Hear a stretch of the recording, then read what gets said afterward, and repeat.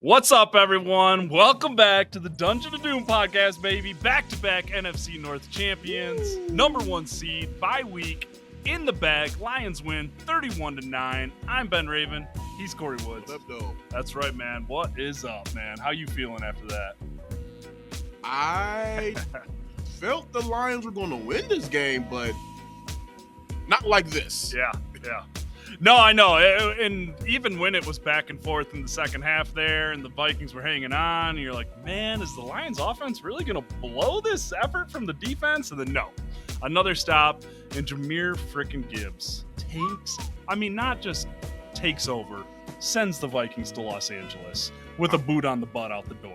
I mean, you just said it right there. The defense, they came up, they showed out. That was a big concern coming into this game, just seeing how the defense played against the Bills and how they played against the 49ers. How is the secondary going to hold up? Yeah. And against Justin Jefferson, holding him to what they held him to, 54 yards, that's crazy.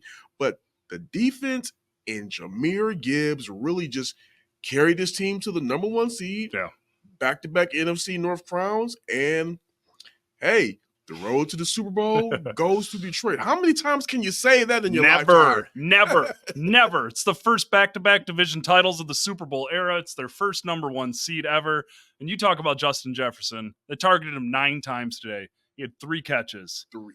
All 5'9" of Amik Robertson played his butt off.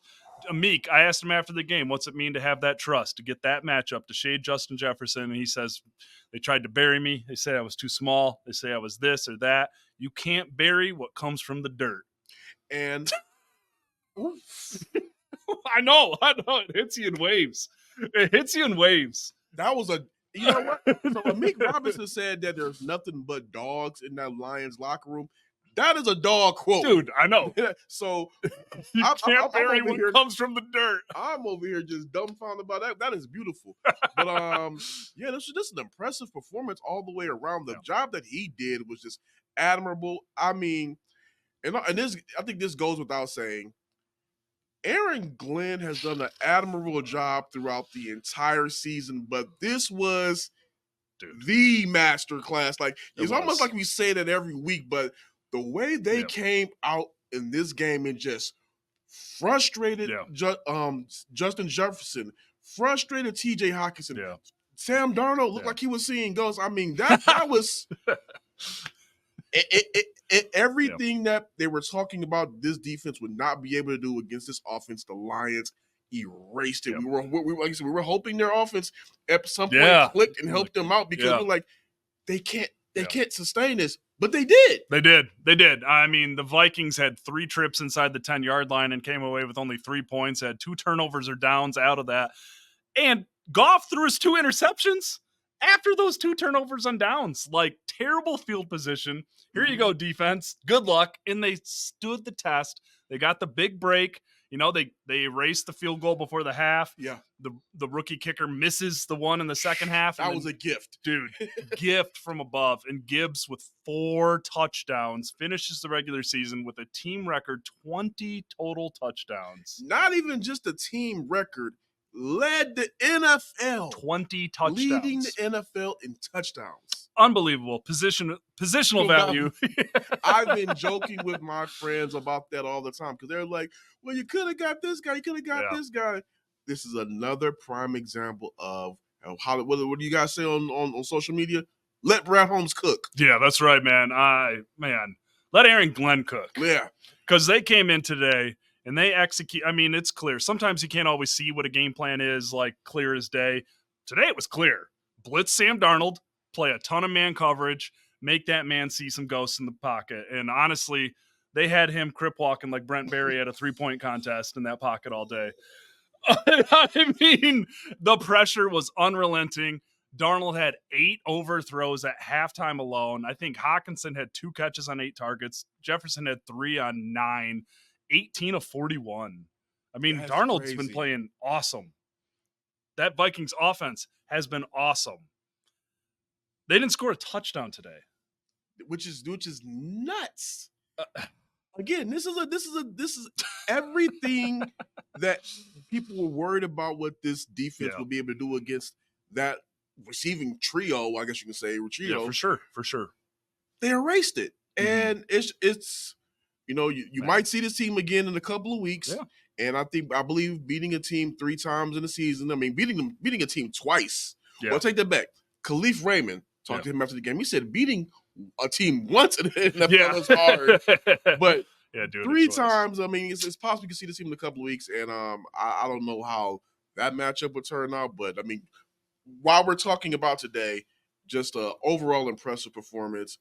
Like you said, Amik Robinson, he did his thing, but I think it goes without saying the return of Alex Anzalone was massive. No, it really was. It really was. And he didn't just play. He was back in his every down Yeah. role, man. And he said after the game, once you get that first hit at full speed, it's like, all right, I got this. Yeah. And not only was he playing, I mean, he was in man coverage on TJ Hawkinson all day.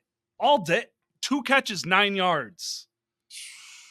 He is the quarterback of the offense. He is one of the important heartbeats of that locker room. Still has a freaking steel plate in his forearm. I mean, he was showing us the other day. That thing's still puffy. It's still, I mean, he's 6 weeks removed from surgery. He's 6 weeks removed from breaking his forearm.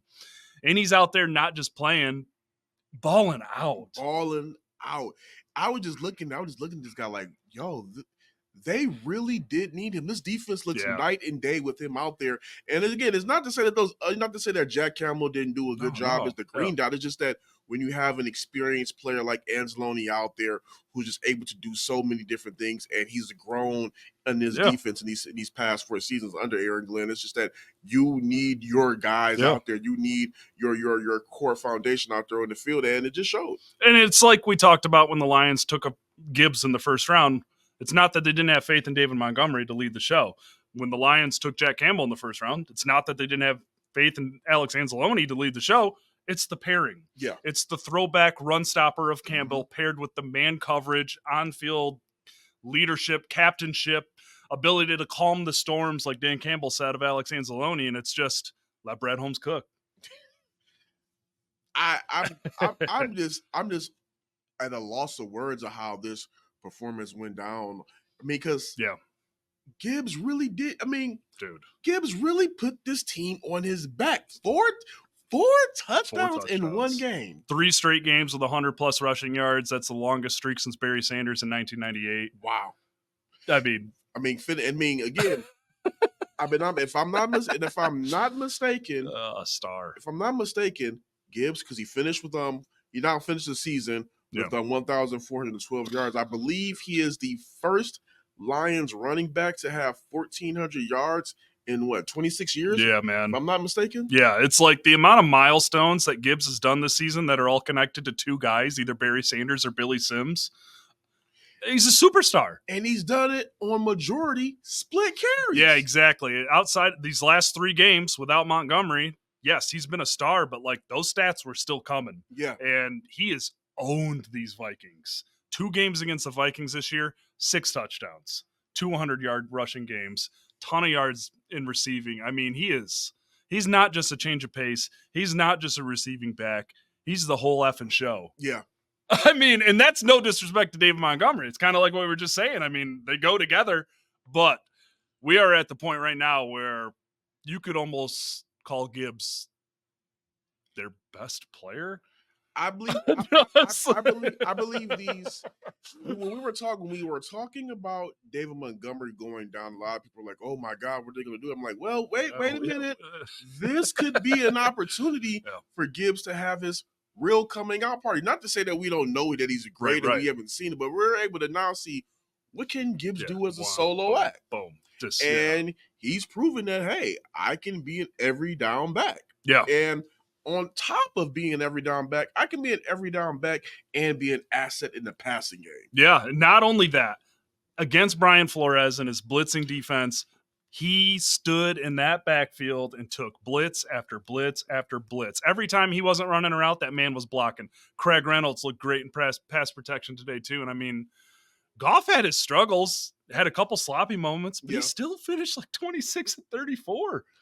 I believe they said Goff is now the first quarterback, and this is again first, which means he stands alone.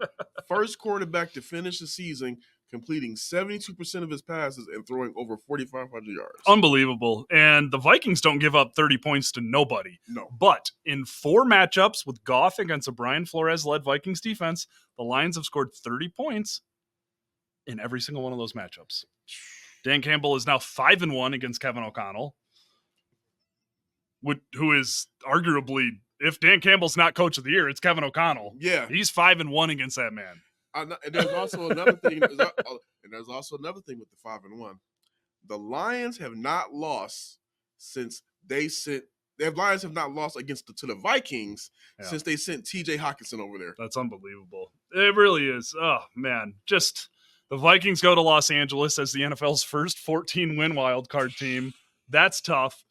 You win 14 games. Congratulations. Here's a pissed off Matthew Stafford waiting for you at SoFi Stadium. Oh my God.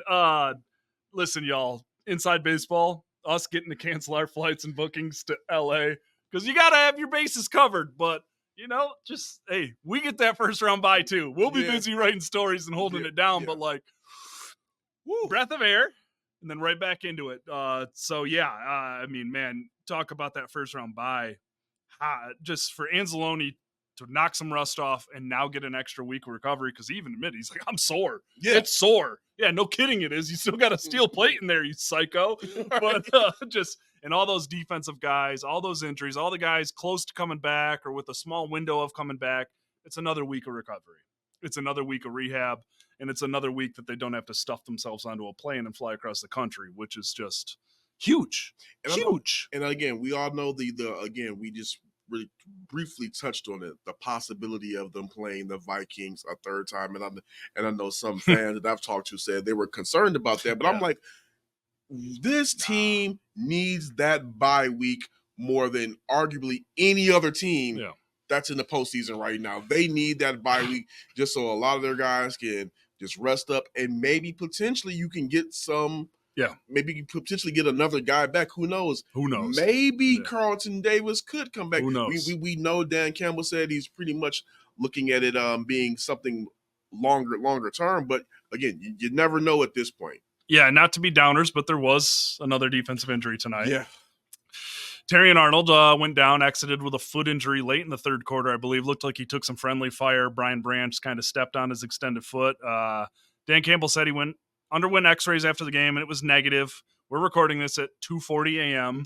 After the game, so we'll see if more updates come out by the time this publishes. But, Dan was, kind of they were negative, but, he was so tender that it doesn't really matter. We won't really know until tomorrow or when the swelling goes down or anything like that. But – and I'm no Twitter doctor, but it didn't look great on the replay. But, Kendall Vildor steps in. Almost gets a forced fumble, gets a pass breakout, punching it out on Jefferson. I know a lot of fans feel some type of way about Vildor, but he does know this scheme well, and he does, win or lose, play the way Glenn wants you to play, in your face, physical, run stopper. So we'll see what happens there. But, there's a possibility this team goes into the first round, even with the bye, without their top 2 starting cornerbacks. But Amik Robertson is a dog. And Ifeatu Melifonwu has been Ifeatu Melifonwu since coming back, and Brian Branch and Kirby Joseph are who they are.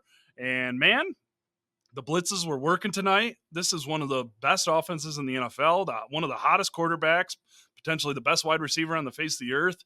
The Lions didn't give up a single touchdown despite fighting out of bad field position time and time again. And I mean, for anybody looking for reasons to feel optimistic, you just saw it.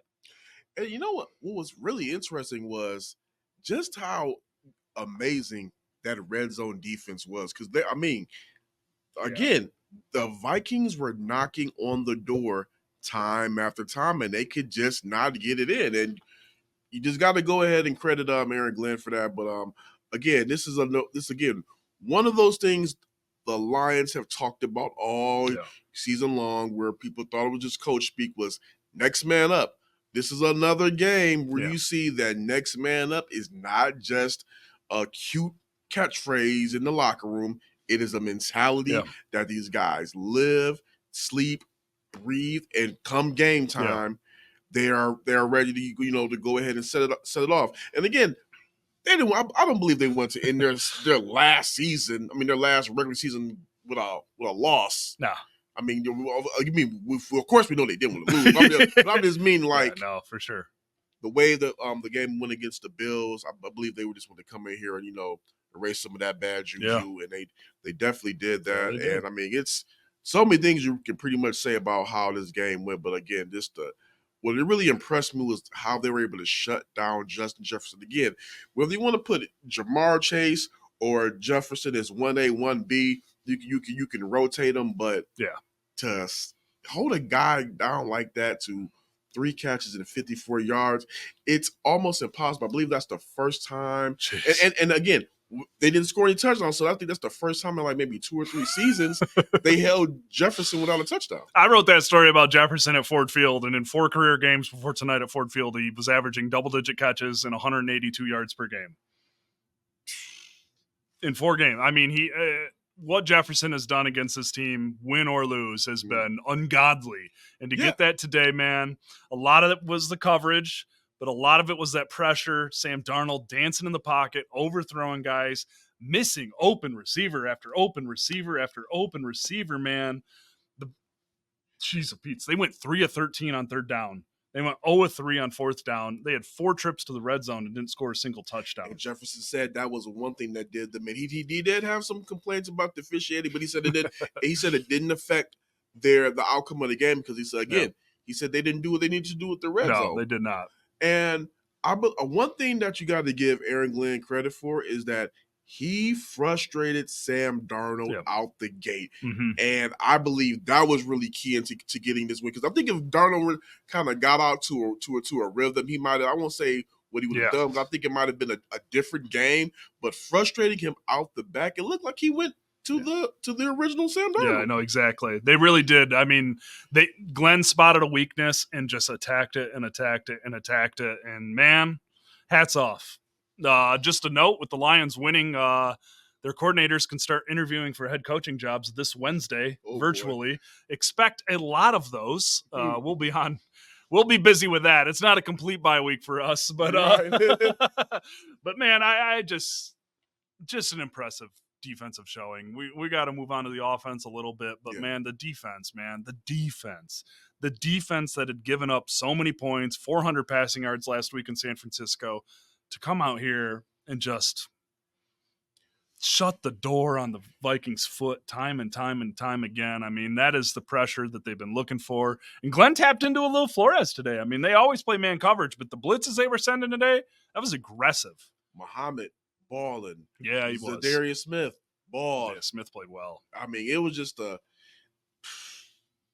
I got like nothing bad to say about the defense. Yeah, I'm trying to figure out, like, okay, we can say, okay, this guy did good, this guy did good. They all did. I know good. Akers hit him for the 57-yard run, but then they bounced right back. Yeah. I mean, and that was after kind of a weird penalty too. Yeah. I mean, man, just if that defense plays anywhere near this well in the playoffs, we'll see y'all in New Orleans. Yeah.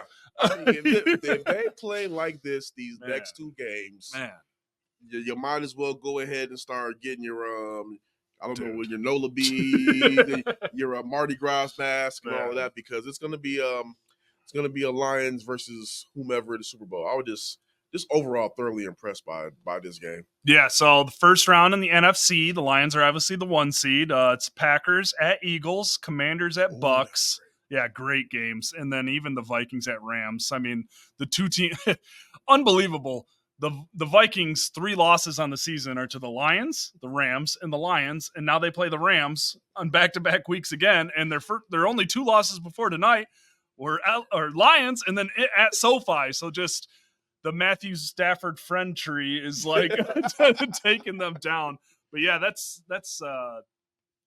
interesting. So looking ahead at that, it's kind of like the Lions will face the highest seed from that. So if the Packers win, it'll be Packers back here. Okay. If the Commanders win, it'll be back here.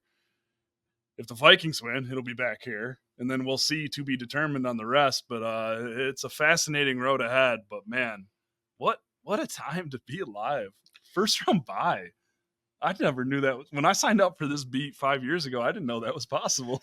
Me and my family members, we talk about this stuff all the time, and they're like, I wonder if I'm ever going to be able to see the Lions be one of those teams like the Chiefs or the Patriots where I get to cheer on that type of season. They've always asked right. And now they're living it, and it's almost kind of like I forgot what the movie was where he's like, what do I do with my Ricky hands? Bobby. What do I do with my hands?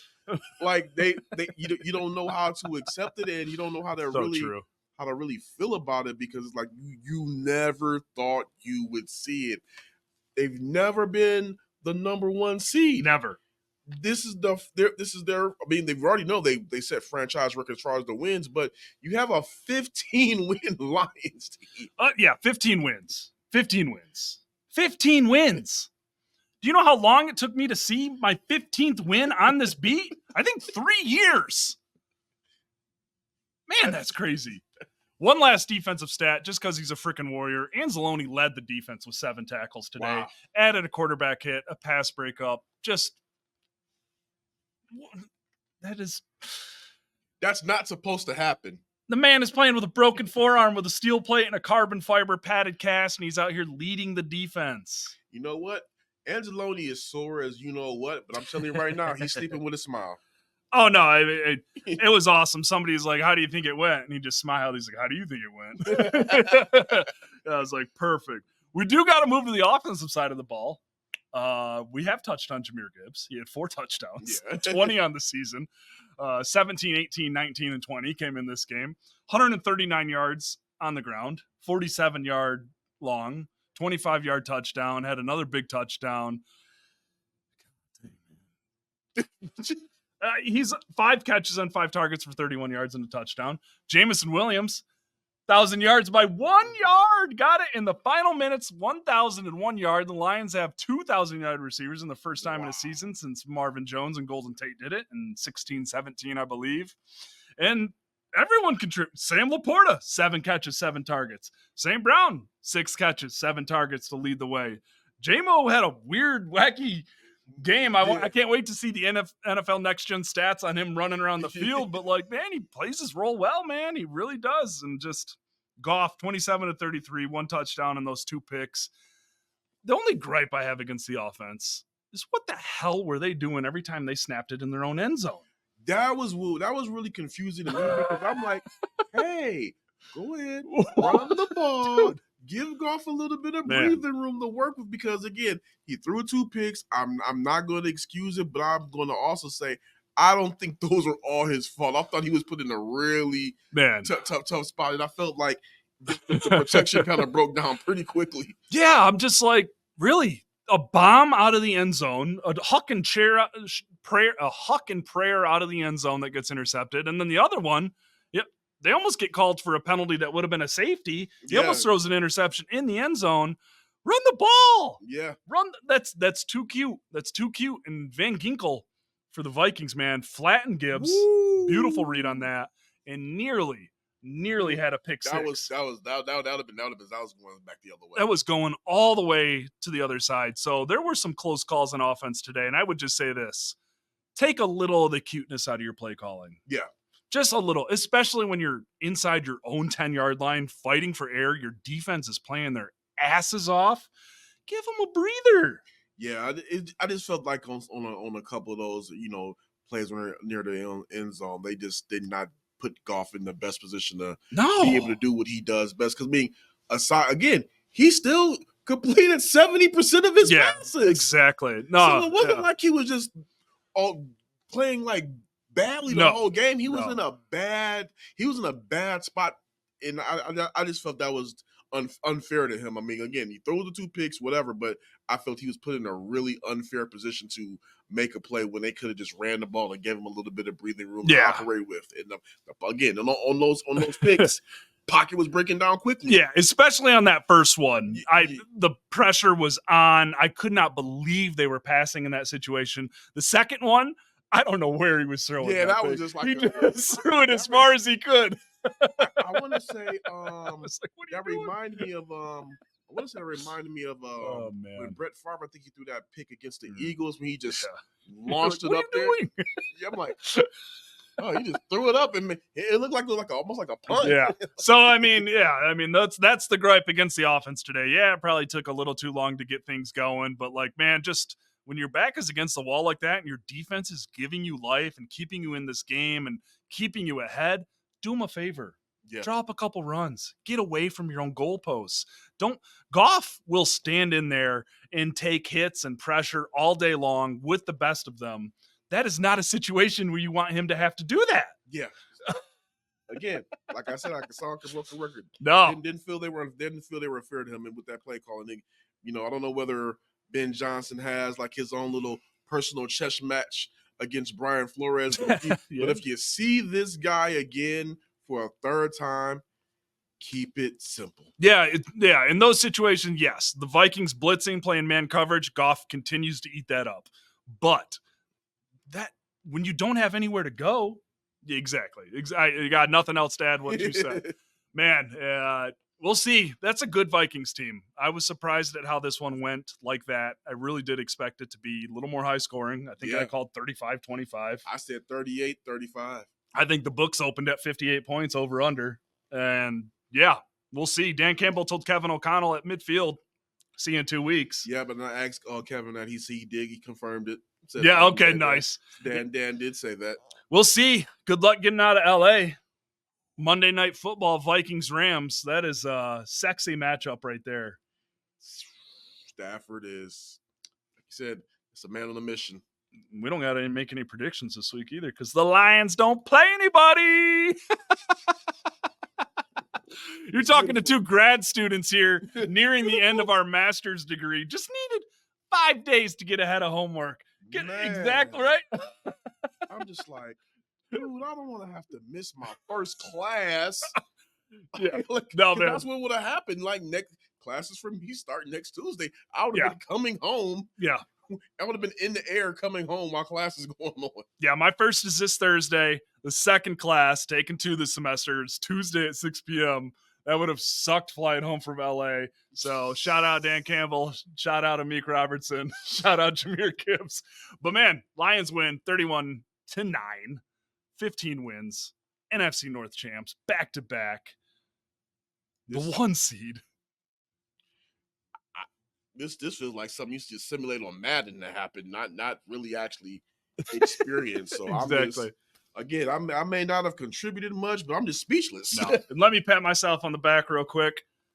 Back in May, I predicted the Lions would run the table in the NFC North and repeat as champs. 6-0 in the division, undefeated on the road. You want to know how they're the number 1 seed? I'll have a column on that in the morning. You go undefeated on the road. You don't go undefeated in the division. It don't matter how tight it is. If you do that, you're going to come out on top. And man, everybody take a deep breath. I know it's been a crazy month of watching the Eagles, watching the Vikings, and watching the Lions try and put this patchwork defense together, but they are in freaking good hands, and this really just feels like the NFL's cream of the crop.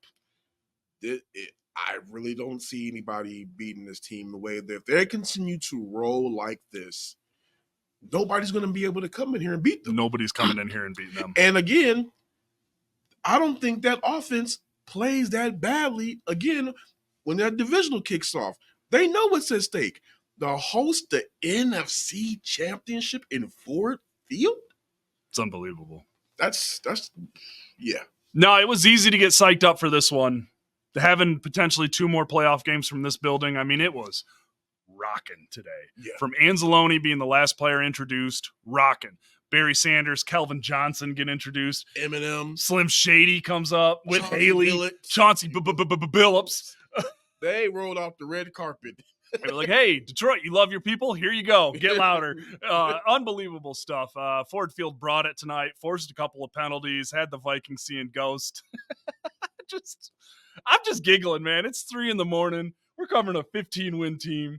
Back-to-back division titles for the first time in the Super Bowl era.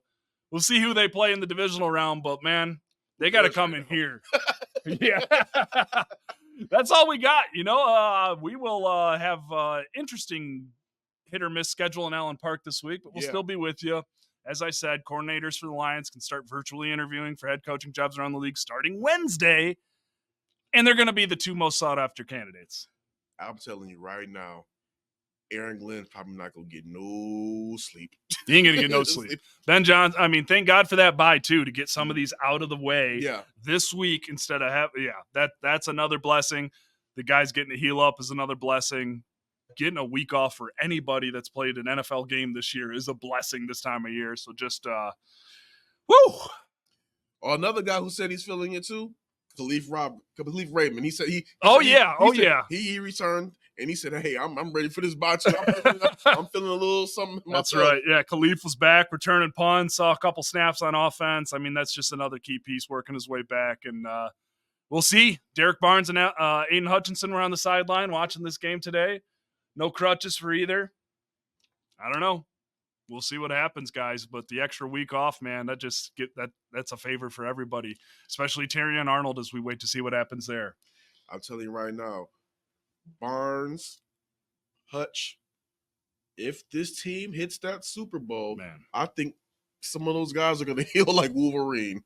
It's going to be hard to keep either one of those guys off the field if it gets that far. And that's what I was just trying to tell people. This is like, well, let them heal up to next year. Let them think about their careers long term. And I'm like, Dan Campbell just said last year, there's no guarantee you get back here. Yeah, no, there's not. There is no and the thing is, they're at least going to the divisional, but there's no guarantee this team will be in this position again next year. We already know. Yeah.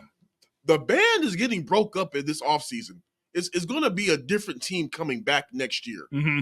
There's going to be different coordinators next year. Yeah. So it's like it's almost like I don't want to and I don't want to be blasphemous when I say this, but it's almost like it is the last dance. Yeah, I mean, for this group, for the group of guys that brought this franchise from where it was, and I mean that means a lot to Dan. I mean, he even talked about the Bill Belichick photo when he's with Charlie Weiss and Romeo Cornell back in the day, realizing, crap, this is it. Yeah, I mean, every game from here on out is potentially it for this group, and they're going to sell out. Yeah, they are.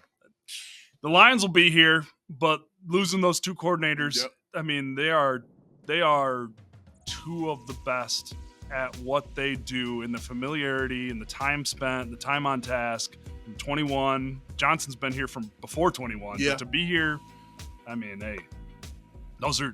If I was looking for a head coach, I'd be looking at those two guys too. Absolutely. Anyone, whether you want an offensive mind or a defensive mind, it don't matter. Interview them both. And Godspeed to them. And Godspeed to us. We'll be back, Mailbag Podcast later in the week. We'll see what's cooking. We'll figure that all out. There will not be a post-game podcast this weekend, so it will be nice to get a little breather, watch some football, catch our breath, because we're going to give you everything we got for the divisional round, just like we did tonight. He's Corey Woods. I'm Ben Raven. And this is your Dungeon of Doom podcast.